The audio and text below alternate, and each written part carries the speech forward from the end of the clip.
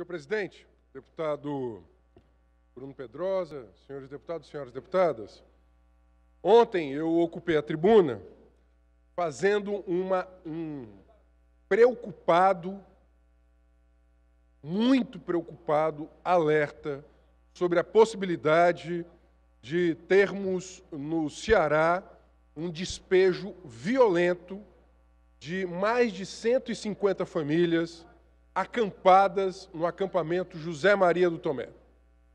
Para quem não acompanhou o meu pronunciamento de ontem, José Maria do Tomé, em 2010, foi assassinado em Limoeiro do Norte. Tomé é uma comunidade, um distrito de Limoeiro do Norte. O José Maria, um camponês, um agricultor, lutava contra o veneno, a pulverização aérea por aviões da aviação agrícola naquela região, que é sabido em todo o mundo, que é uma das metodologias, uma das técnicas mais tóxicas em razão da sua deriva, da deriva química, dos venenos que acabam contaminando solo, água, comunidades. Isso já é bastante conhecido no mundo e é bastante conhecido no Ceará. Zé Maria foi assassinado com 19 tiros em 21 de abril de 2010. Até hoje, os mandantes, os executores, permanecem impunes. Houve denúncia, houve pronúncia, para quem não é do direito, a pronúncia, no caso dos homicídios dolosos, crimes contra a vida, é uma etapa posterior já da ação penal, em que o juiz conclui fortes indícios de autoria daqueles acusados, daqueles réus, e que eles, portanto, após a pronúncia, vão sentar no banco dos réus. Em 2014, portanto, vejam a cronologia dos fatos. 2010, o assassinato do Zé Maria, lá no Alto da Chapada. Ele que vinha denunciando o uso do veneno.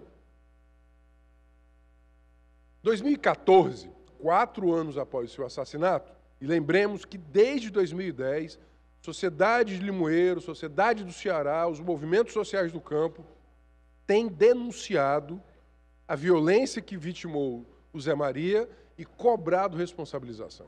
Em 2014, uma área pública de propriedade da União para o perímetro irrigado, uma área sob domínio do DENOX, ela foi ocupada por um grande número de famílias, dando origem ao acampamento José Maria do Tomé. 5 de maio de 2014. Daquele maio de 2014 até hoje, de forma ininterrupta, estas famílias têm produzido alimento, sem veneno. Têm produzido frutas, legumes, hortaliças, grãos, criação de pequenos animais. São famílias de pequenos agricultores com pequenas porções daquela gleba de terra. Hoje são 150 famílias, já foram mais famílias. Entre 5 de maio de 2014 até hoje, inclusive famílias saíram porque o acampamento não virou assentamento, portanto não foi consolidado. Mas há 150 famílias que lá, em casa de taipa, em pequenas porções de terra, de forma cooperativada, solidária, produzem o seu alimento. Nesse ínterim, de 2014 para cá, foi assinado um termo de ajustamento de conduta, foi exarada uma portaria interministerial em 2009, pelo governo federal, vários ministérios, para a criação de um grupo de trabalho que fizesse um plano de consolidação daquele assentamento. 2009, nós estamos em 2018. Houve um pedido de reintegração de posse pelo DENOX e pela Federação do Agronegócio, daquela região, do Vale de Jaguaribe. Essa reintegração de posse, ela foi determinada, ela foi suspensa pelo Tribunal Regional Federal da 5ª Região e ela, por último, agora, havia uma ameaça de cumprimento. Eu subi à tribuna, nesse meu primeiro mandato, inúmeras vezes para falar de reforma agrária, de agroecologia, de agricultura familiar camponesa. Ontem subi mais uma vez para prestar o meu apoio, a minha solidariedade e falar da minha preocupação. mais uma vez subo à tribuna para dizer que houve uma vitória parcial. O despejo que ameaçava aquelas famílias foi momentaneamente suspenso. A ordem judicial ainda não foi suspensa. Mas queremos sensibilizar Sua Excelência, o juiz federal, sensibilizar as autoridades, sobretudo do judiciário, para que uma outra saída, que não o despejo violento, que vai simplesmente causar dor, sofrimento e pobreza.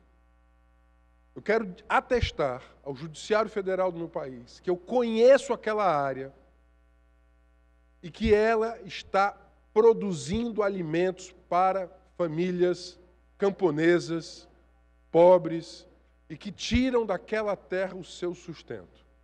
Aquela terra é pública, é uma terra da União Federal. Ela deve, portanto, mais que cumprindo, inclusive, o ditame da Constituição Federal, ela tem que cumprir uma função social. Isso, para nós, é absolutamente importante. Isso é um princípio constitucional da dignidade humana, da justiça social e corrobora um dos objetivos da República Federativa do Brasil, que é o combater as desigualdades. Artigo 3º da Constituição Federal. O povo está cumprindo um objetivo da República do Brasil, quando estão lá, ocupando o que estão, fazendo o acampamento e produzindo o alimento. Nesse exato momento, mais de 1.000 pessoas se encontram no alto da Chapada. As tropas da Força Pública Estadual já se retiraram. Conversei hoje com o secretário Nelson, o secretário André, tomando as informações, exarando a nossa preocupação, conversando com vários outros parlamentares, todos aqui, todos irmanados numa solução pacífica e negociada. Houve um empenho pessoal de Sua Excelência o Governador, e aqui eu queria fazer esse registro. Precisamos garantir a permanência daquelas famílias, um assentamento para que elas possam produzir o seu alimento em paz. É disso que se trata. É de produzir alimento em paz. Nós estávamos há pouco comentando aqui entre os parlamentares sobre a grave crise econômica que se abate sobre o Brasil. A reforma agrária, popular, camponesa, solidária, ela, dentre outras coisas, ela pode produzir, ela produz trabalho, ela produz renda, ela distribui riqueza pelo acesso à terra e à água. Claro que a reforma agrária ela não é só o acesso à terra, porque tem terra sem as condições de produzir, é uma etapa importante, mas que pode se tornar inócua. E queremos a terra para estas famílias, para que elas possam produzir, o acesso às condições, inclusive de escoamento da sua produção.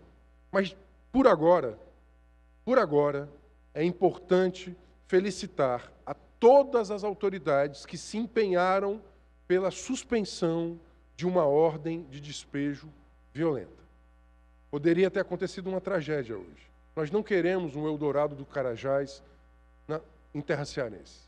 Nós não queremos que a nossa história fique maculada com uma tragédia entre a força pública e trabalhadores rurais sem terra.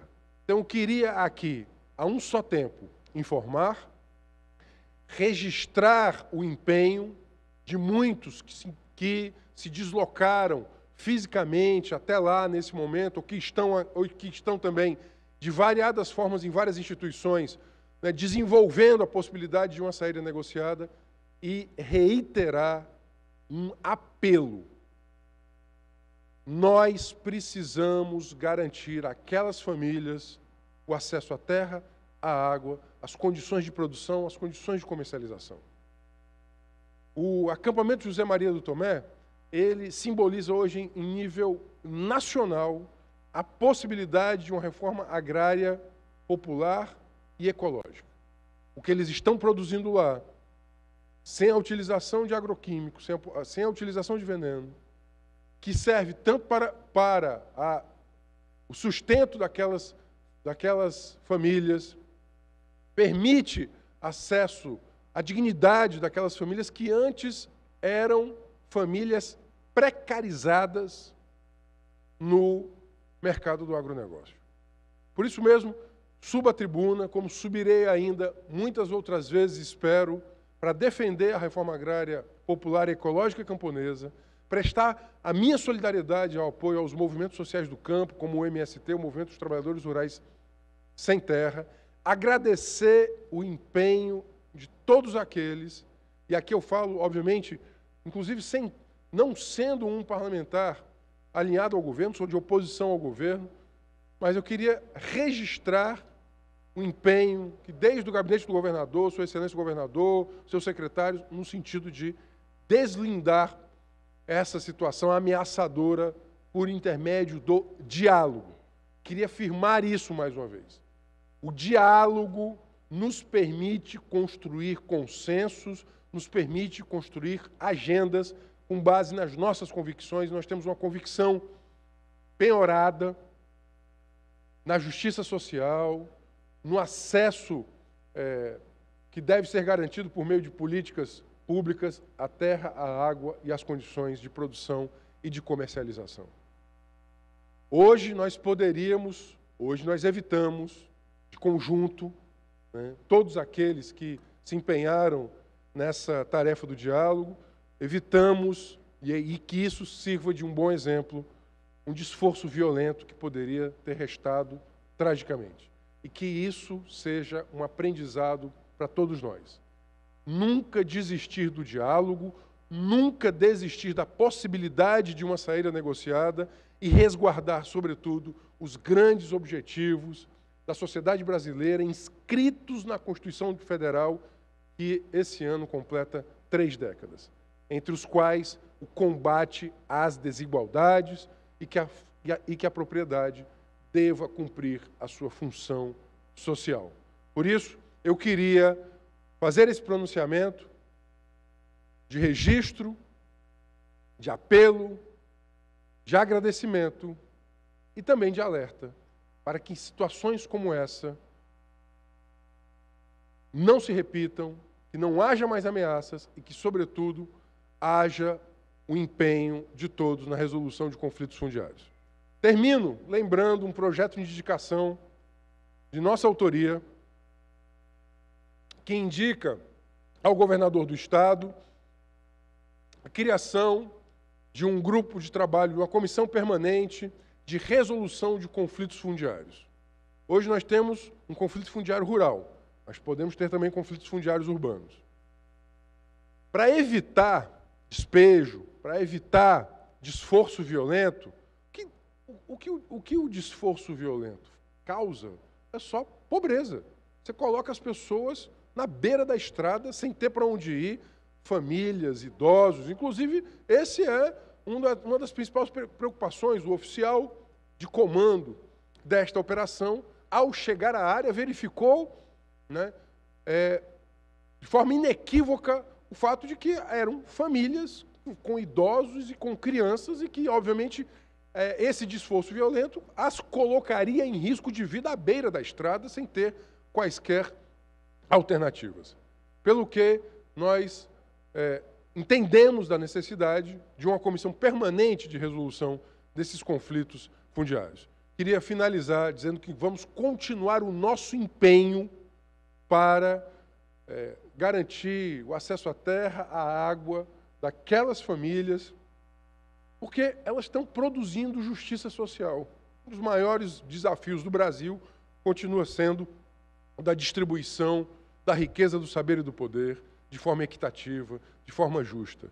A injustiça social, a concentração da riqueza, a concentração dos meios de produção continua sendo um dos maiores vexames da sociedade brasileira, uma das sociedades com maior nível de concentração de riqueza no planeta. E pelo que nós, obviamente, aqui nos dispomos a sempre, ao lutarmos pela reforma agrária, dizer que ela é uma das maiores dívidas históricas da sociedade brasileira.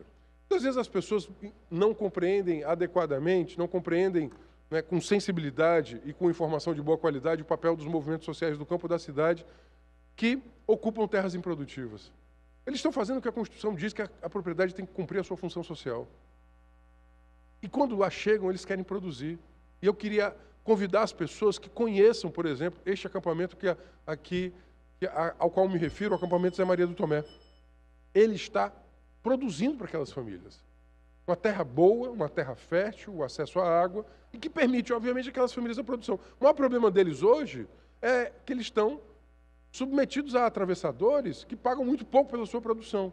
Uma segunda etapa da consolidação obviamente, são as condições de comercialização daquilo que se produz. Então, finalizo reiterando o nosso compromisso e que permaneceremos alertas e solidários em apoio aos movimentos sociais do campo, às pastorais sociais, a Cáritas, às entidades, a militância social do campo. Hoje, mais de 1.000 pessoas que se encontram lá agora na Chapada, das mais diversas entidades, organizações, da igreja, né, das mais diferentes igrejas, que acorreram à Chapada do Apodi em solidariedade ao acampamento Zé Maria do Tomé. Zé Maria do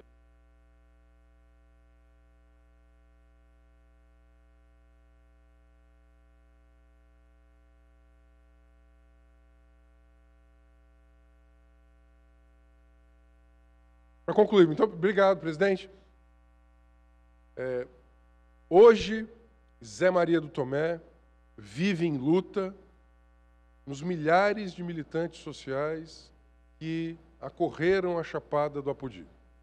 A sua memória é a memória das lutas, a sua memória nos traz esperança de um país mais justo. Muito obrigado.